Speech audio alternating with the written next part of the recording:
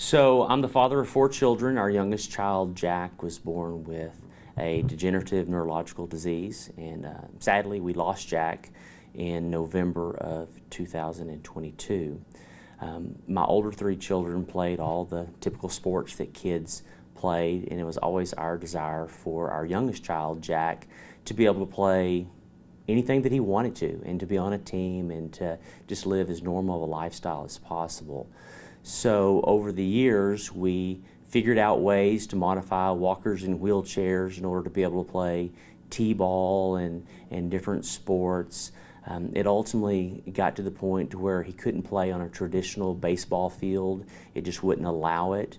We did find a Miracle League field in Longview, and we went and did that for a couple of years, had an amazing time. Jack was able to be on a team and be around other kids in wheelchairs with and other various disabilities, and so there was a sense of team for him, and just the ability to get to play the sport that he loved. And we decided we wanted to have that in Tyler. There was no reason this great city shouldn't have its own Miracle League field. So a few years ago, a group of us set out to begin the process of raising funds and figuring out how we can get a Miracle League here in Tyler, because it's my heart's desire. It was my heart's desire for my son to be able to be included and to play and to do anything and everything that he wanted to do. He just needed a little extra help to do it, and that is certainly still my heart's desire today for truly the thousands of kids here in Smith County and in the area who want to be able to play sport, who want to be a part of a team, who just need a little bit of additional help or a better setup so that they can be successful and so they can be safe, so that they can enjoy the great sport of baseball and the awesomeness of just being on a team and being cheered for. Wow. And that year when it all kind of kick-started, would you say that was in 2022?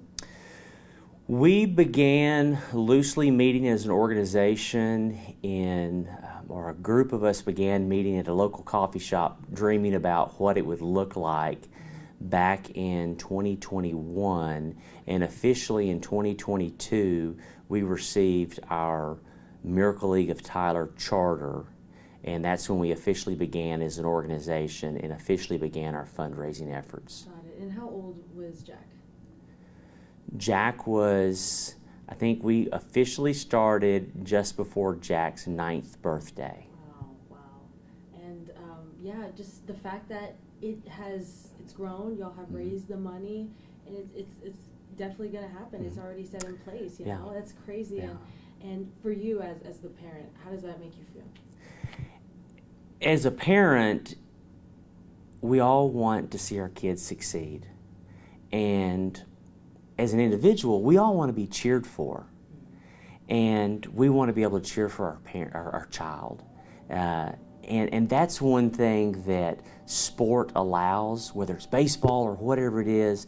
This is just an opportunity for us to rally behind our kids and to yell and scream and cheer them on. And so as a parent of a child who got to experience that, it was just an amazing thing. And it's not something that every parent gets to do, because not every child has the ability just to plug into some of the more traditional teams and avenues.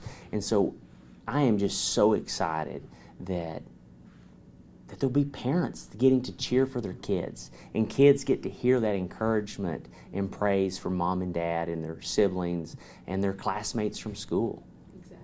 And this field, it's going to be different than a normal field. Can you talk about those specific features? So the Miracle League field is going to, from afar, it's going to look like a beautiful Little League field. It's going to be set up just like a traditional field. However, the actual surface itself will be a rubberized poured surface that is flat and smooth. It's a little bit spongy, that allows for a little bit more of a margin of error if a kid takes a fall or a tumble, but it allows for wheelchairs and walkers and other adaptive equipment to be able to move freely across the field. The games themselves are played kind of a modified t-ball, sometimes slow pitch. It depends on the athlete that's playing. Every athlete that plays on the field will be paired up with a buddy. We want to partner with the other teams out at Faulkner Park and at Rose Capitol, have their kids come out and partner up with our athletes. Some kids will need help holding the bat. Some kids may need help getting to first base. A lot of times it's going to be that athlete from the Faulkner Park team trying to keep up with the kid in the wheelchair. Right. So that's just another opportunity for these kids to get to play and be with their classmates from school that maybe they don't otherwise get to interact with. And it helps to bring awareness of some differences and other disabilities for some of our other able-bodied athletes. So it's just a win-win for everyone. Yeah, definitely. From what you're saying, kind of bring that community together, no matter who you are. Yeah. I think. Yeah, our heart's desire is to do that, to bring the community together around this game of baseball. And the City of Tyler, the director of the Parks Department, Leanne Robinette, has been so gracious and kind, and they've allowed us to have this spot in Faulkner Park. And where it's located, it's kind of no man's land that really wasn't able to be used for anything, but we really feel like God left this piece of land because we can drop a field perfectly on it, and it's where everybody walks up the sidewalk to the other fields, and so other people are going to have opportunities to see our kids playing and maybe peek over the fence and say, what is that, and how can I be a part of that? And so we are so excited about where we get to be, because that's where kids are and that's where our kids want to be.